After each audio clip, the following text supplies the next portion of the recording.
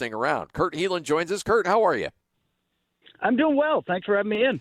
Always a pleasure to catch up with you. All right, so the Jazz are taking some heat for playing their guys but pulling them in the fourth quarter. It almost seems like they would take less heat if they just didn't play them at all.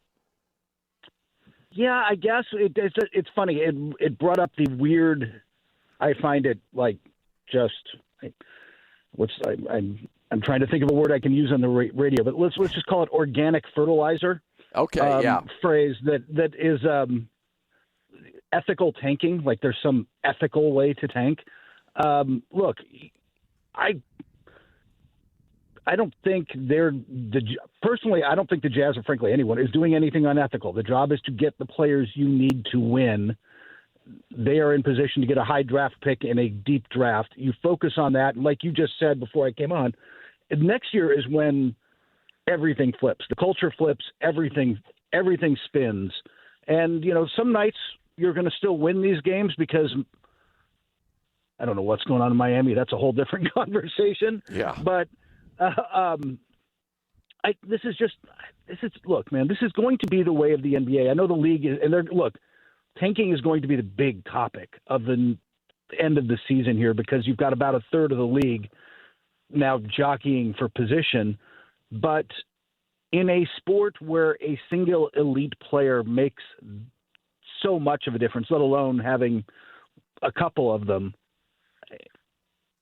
then you got to do what you can do to get those players, right? Like you have to do whatever it takes to get those players, and the draft remains still the best way to land those kind of elite talents. So the acquisition of Jaren Jackson and what he means to the Jazz, imagine him being on the court with Walker Kessler. Let's just say for the sake of argument, Walker Kessler, the Jazz match, whatever he gets in restricted free agency. You have Keontae George and his development and where he's at. Ace Bailey playing the two, Lauri Markkanen. What does that team look like in terms of wins and losses? You're still in the ridiculously deep West, which will shake out a little next year, but still will have a bunch of teams at the top. But if you're talking, I would say you've got a shot at getting fifth or sixth, but probably sixth, and avoiding the play-in, and it might still be a 7 or 8 just because the 7 or 8s are still pretty good in the West. But somewhere between 5 and 8, 5 and 9 would be my first guess. I off the top of my head, because the team is beyond just having Kessler, Markkanen, and Jaren Jackson along the front line. Obviously, you've got George and Bailey looked good last night when he was asked to go get some buckets. He's starting to find his footing in the league. As this starts to come together and you draft whoever you draft and you develop these players, it just becomes like you're building something that's going to be good now and potentially very good down the line. They're going to win a lot of games next season. This is a more than 500 team. If I were guessing, I would say closer to mid-40s and up. Mid-40s maybe, though, seems about fair. I just think that there's so many people that are on cloud nine after that acquisition because it's not just about the player, who's a phenomenal player, but it just signifies that the end is here. And I think that's where Jazz fans are just fired up because it's like, okay, we don't really care who it was. It's just signifies that finally the ugliness could be coming to an end here. And I think that there's something you can only bottom out like that for so long before your fans really do get understandably frustrated and not want to see this again. And I think that not only did they time this out about right, and 2 or 3 years, Houston did a 3-year plan. I think that's about the max you can go for these kind of things. But what Utah did with what the Angels did at the deadline was a perfect example of how to hit the accelerator and move out of this, as opposed I'm not blaming Washington for what they did because they bought cheap, right? Like they went discount bargain shopping and got Trae Young and Anthony Davis for, frankly, pennies on the dollar. But those are – I don't know how much those guys – if everything goes perfect, those guys help you win a lot. But if there's any kind of injury, suddenly you're not there. And granted, they're trying to They're trying to get somebody in this draft as well. They've got some nice young – Alex Sarr is a good young player. George is a good player. Kaishan George is a good player. So, like, there's some talent there, but, like, I love the way Utah hit the accelerator. Like, we got to get out of this. This is how you do it. Now you go into next season with a legitimately good team. You think in terms of what the Jazz gave up, do you feel like they came out on top on that trade? I know everybody wants to declare winners and losers for every trade, but do you think it was a solid the amount they gave up was worth the return? Yeah, because I think you're going to get him in a position where he can thrive. He's been asked to do – Jaren Jackson Jr. has just been asked to carry enough of an offensive load, and he's capable of it, but enough of an offensive load because of the Ja Morant situation and everything. Look, he was their best offensive player and best defensive player. I was having this conversation with a scout earlier in the season. Like, how many teams could you say their best offensive player is their best defensive player? And there's only a handful of the Giannis's, and I guess Kawhi Leonard would be that with the Clippers. And if I thought about it long enough, I'd probably come up with one or two more. But there's not a lot of those guys. You get a defender, you get an offensive player. Jaren can be that, and can be that for you guys. He is all defensive player of the year thing wasn't a fluke. He is capable of being that guy if he's playing next to Kessler, and so somebody else is helping clog the lane, and he's free to he can be more of a free safety and pick his spots. This is I'm just asking you to speculate here. We won't hold you to it, but what do you think the market is for Walker Kessler right now in terms of not necessarily years, but amount per year? That's a really good question. Because of the injuries, obviously goes down, and restricted free agency is a whole nother. It's a loser for the players and a winner for the teams. Both you saw it at the trade deadline, but you saw it last summer too with Kuminga and others. It's a rough place for players to be. And that said, low 20s. Okay. Like he's a starter level money kind of guy, I think. So 20, can you get him for 4 and maybe a little 490? Yeah, something like that. I think the Jazz would do cartwheels if they were able to get that number for him. Yeah, exactly. It might be higher. The thing is, certain young centers are in demand, and there's certain teams really looking for guys who can play that role, including one down the coast. So somebody could come in and try to poach him with a bigger number. Let's be blunt. If he's healthy, he'd look great in Boston. He'd look great in a lot of places. And it's possible somebody comes in with some cap space and tries to poach him. It only takes one team to blow the whole thing up, for sure. Yeah. Yeah, but we also saw, like I said, last summer, teams are really hesitant to do that right now. And this is going to be a fascinating offseason. Kessler is one of the examples of what I think is going to be one of the more interesting off seasons in terms of what guys get in a apron world where, man, 3 years ago, Jalen Duren is a no-question max guy in Detroit. He's an all-star now. He's a big defender. Is he max? Do you really have to max him out? Do you give him the full 25%? Can you get him to take a little less? Let alone the Brandon Ingrams and Davis and Trae Youngs of the world. Like, older guys, it's going to be interesting to see what guys get because teams are so – there's only 7 teams into the tax this year. Teams are really backing off spending. So your top 4 in the West right now, Oklahoma City, San Antonio, Denver, and Houston. Just because that's the top 4 doesn't mean that's necessarily the 4 best teams in the West. If you were to rank them right now as the likelihood of winning a championship, obviously Oklahoma City's number 1, Denver 2, but then what do you do with San Antonio and Houston there? That's a really good point. I would probably still put San Antonio. Houston's lack of ball handling outside of KD, their crunch time offense, they miss Fred VanVleet so much. And now they don't have Steven Adams in there. I would put San Antonio 3rd, even though I think they're going to learn some hard playoff lessons with a young team and start to figure out what they need. I think Detroit's kind of in the same boat, right? young team. Let's see what happens. And they're in the East, so maybe they make it through. But if not, they learn what they need to go out and try to find exactly at the trade deadline. So I think I'd still rather be them right now than Houston, where Houston, if they get healthy again next season, you're back. But yeah, their problem is they went with Kevin Durant, and they're already all in, right? Like they are already all in, and then they didn't do anything at the trade deadline, which was kind of interesting. So I've always said that I think Salt Lake City is a Jazz town, not necessarily an NBA town, meaning that I could walk down the street, pull somebody aside and say, hey, do you like the Jazz? They're like, oh, yeah, I'm a diehard fan.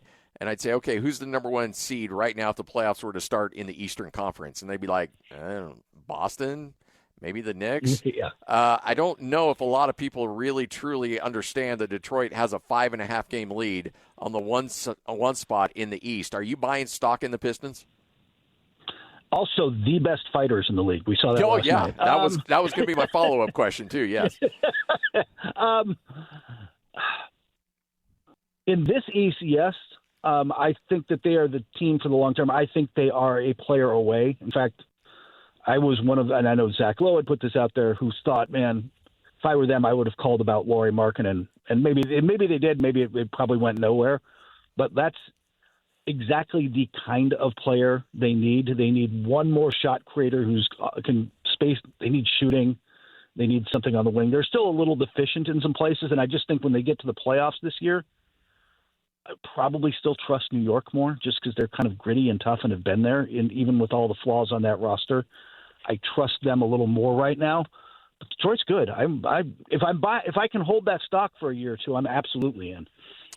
So, I do games for Utah State, so obviously I've got a soft spot for Sam Merrill. I called every play of his in college. So I keep a close eye on the Cavs because of that. The Harden thing just didn't make a lot of sense now that you see a little bit of sample size. Do you like that trade now? I like it for them in the short term in this sense. They were getting nothing out of Darius Garland. And for his sake, I hope he gets healthy and gets back right. But you've got a 26-year-old two-time All-Star and you're just willing to bail. That concerns me about what they know or what they think's really going to happen long term. And they bring in a guy in James Harden who, look, he's gonna Jarrett Allen is a big winner out of this. When Evan Mobley gets healthy, they're bigs. Like Harden's still a really good passer. Yeah, really knows how to run the pick and roll. They're finding some comfort zones early on offense, and I think they're better with him. I think they're a bigger threat with him. That said, Donovan Mitchell has his own share of playoff blunders, and James Harden has a litany of them. And it just, I couldn't pick them to come out of the East just because they're going to get to the second round, and I don't know that I trust them. I can still pick on James Harden on defense, and can Jarrett Allen and Evan Mobley clean that up behind him enough to make it all work? So I like them, and in that East they've got a chance, but I don't know that do you trust them in the playoffs? No, I do not. Not at all. And I'm still trying to wrap my brain around. You got two hungry mouths there in Harden and Donovan Mitchell, and I just don't know how that coexists. Especially long term under pressure, right? Like it's looked pretty good through the 2-game honeymoon, but what happens when they really do get into some serious games and get into the playoffs? And man, Mitchell wants to be that guy, and Harden wants to be that guy, and they play such radically different styles that I'm like meshing it in the playoffs is harder. It's a little easier during the regular season because one of their issues was that their offense dropped off when Mitchell was out, and now you can stagger those guys. And Harden will happily tell you he is the system. He is the system unto himself. So if he can make that work, it works during the regular season. We'll see how it works in the playoffs. How many games are we going to see guys get missing because of this fight last night? Beef Stew is going to get a handful. Silver's always been light on this stuff, but I think especially I'd say Stewart left the bench to jump in the middle of this, and he's already got he's been, like, was it 4 times just for fights he's been suspended, and like 8 suspensions overall. He's going to get, I think, at least 3 games, maybe 4 or 5, and then I think you're going to get 1 or 2 for everybody else. But there were legitimate punches thrown in that. Like, people, it started out as, Duran kind of shoves Abate in the face, but it went into full-blown let's throw blows. Miles Bridges jumps into the mix. Yeah, that whole thing is going to be interesting to see where they come down, because this is, it's not the malice in the palace, but it's as big a fight as we've seen in the league for a while, and I'm curious how hard they come down to stomp this, because Silver's always been a little soft, I think, on suspensions in his era, but I'm not sure it's going to happen this time. They should send a message.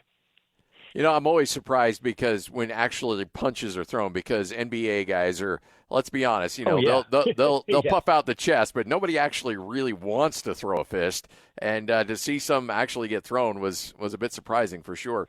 Hey, LeBron went after his team. They lost Oklahoma City. He says, hey, we're not a title team. That's a championship team. We're not a title team. Obviously, I think he's right. And I appreciate the self-acknowledgement on where your team's at right now. But how does that go over in that locker room? I don't think that badly, because I think they recognize it. I think it's funny, just being out here in SoCal, Laker fans have come to a recognition a while ago that, hey, we're good. Like, we've got Luka, and especially when Reeves is healthy, they got Austin Reeves back. We're good, but make the playoffs, win 2 games in the first round good. Not good.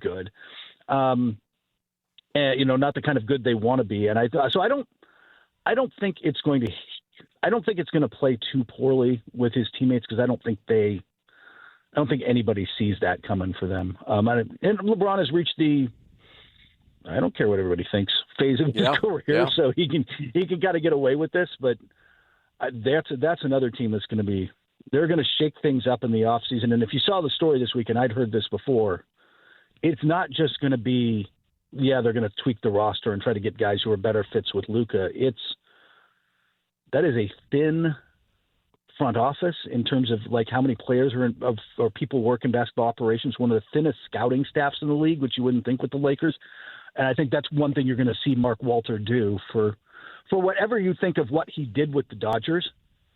And he spent on the, not just buying free agents, spent on the infrastructure, spent on coaches.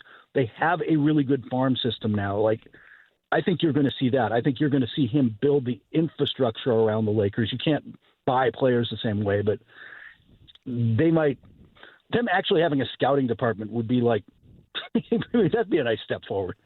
Well, and it's interesting because people think the Lakers and they think tons of money.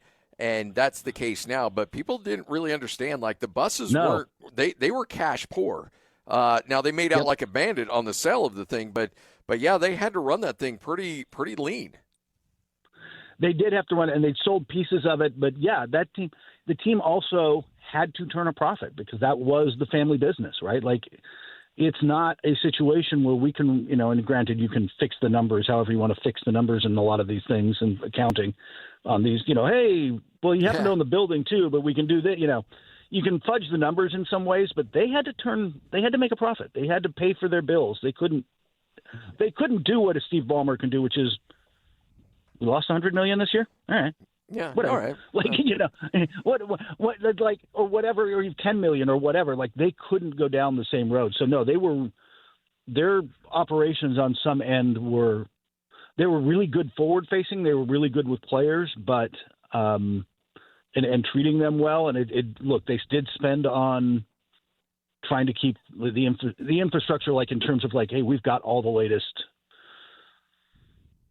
sports medicine stuff, but they didn't have a lot of sports medicine people on the roster. They just spend on the other stuff. So now I think now you're going to start to see them spend if you're the richest team in the league, act like it. So go ahead. You might as well.